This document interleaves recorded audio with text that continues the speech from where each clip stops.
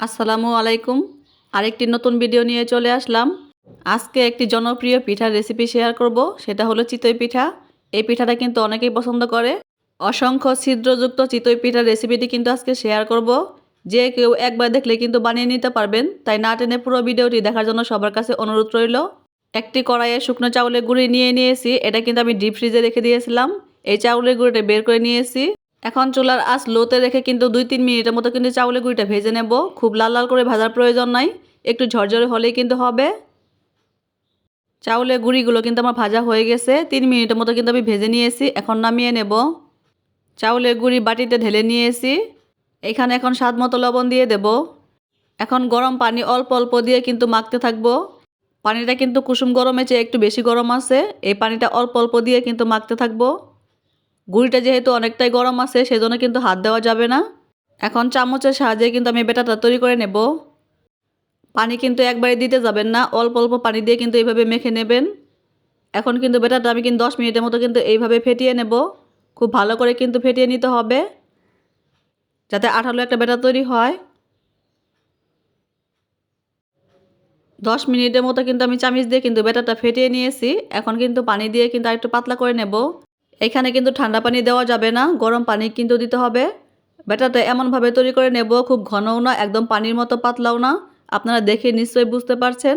একটু পাতলা করে কিন্তু ব্যাটারটা তৈরি করে নেবেন, তাহলে পিঠাগুলো কিন্তু অসংখ্য ছিদ্রযুক্ত হবে, খেতেও কিন্তু ভালো লাগবে। চুলায় একটি মাটির খোলা বসিয়ে নিয়েছি। আজকে কিন্তু পিঠাগুলো মাটির খোলাই তৈরি করব। নতুন মাটির খোলা কেনার পর কিন্তু আমি 2-3 ঘন্টা চুলার আঁচ লোতে রেখে কিন্তু পুড়িয়ে নিয়েছি। এখন কিন্তু পিঠাগুলো তৈরি করব। একটা বাটিতে পানি নিয়ে 1 চামচ লবণ দিয়ে মিশিয়ে নিয়েছি। এখন একটা সুতি কাপড় নিয়েছি। এই কাপড় দিয়ে কিন্তু খোলাটা ভালো করে মুছে নেব। এইভাবে মুছে নিলে কিন্তু পিঠাগুলো খুব সুন্দরভাবে উঠে আসবে। পিঠা বানানোর আগে কিন্তু খোলাটা এইভাবেই রেডি করে নেবেন। যে ব্যাটারটা বানিয়ে রেখেছিলাম সেটা চামচ দিয়ে আবার একটু নেড়ে নেব।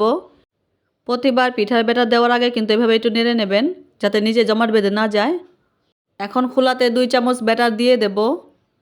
সাথে সাথে কিন্তু ঢাকনা দেওয়া যাবে না, কয়েক সেকেন্ড কিন্তু অপেক্ষা করতে হবে। যখন দেখবেন পিঠার ওপর অনেকগুলো ছিদ্র ছিদ্র হয়েছে, তখন কিন্তু ঢাকনা দিয়ে দেবেন। এর আগে কিন্তু ঢাকনা দেবেন না, তাহলে কিন্তু পিঠাগুলো ছিদ্র ছিদ্র হবে না। চুলার আঁচ শুরু থেকে শেষ পর্যন্ত কিন্তু মিডিয়ামেই রাখবো। মিডিয়ামে রেখে কিন্তু পিঠাগুলো তৈরি করব। অনেক ছিদ্র ছিদ্র হয়ে গেছে, এখন ঢাকনা দিয়ে দেব। ঢাকনা দিয়ে অপেক্ষা করব 1 মিনিটের মতো। 1 মিনিট পর ঢাকনাটা খুলে নিচ্ছি।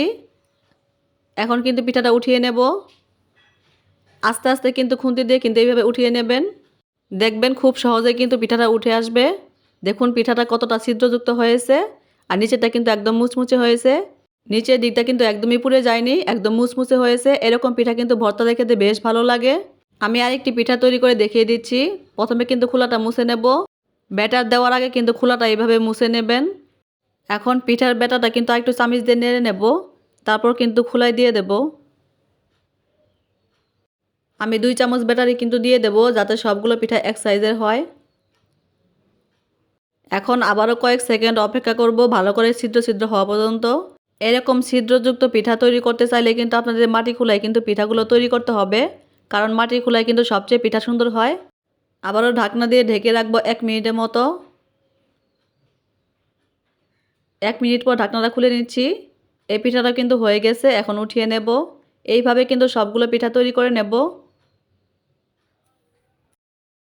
সবগুলো পিঠাই কিন্তু তৈরি করে নিয়েছি। দেখুন কত ছিদ্রযুক্ত হয়েছে পিঠাগুলো। এইভাবে পিঠা বানিয়ে যদি আপনি দুধে ভেজান, তাহলে দেখবেন 10 মিনিটের মধ্যে কিন্তু পিঠাগুলো ভিজে একদম তুলতুলে হয়ে যাবে। এইভাবে বাসায় ট্রাই করেন। ফিরে আসবো নেক্সট ভিডিওতে। আল্লাহ হাফেজ।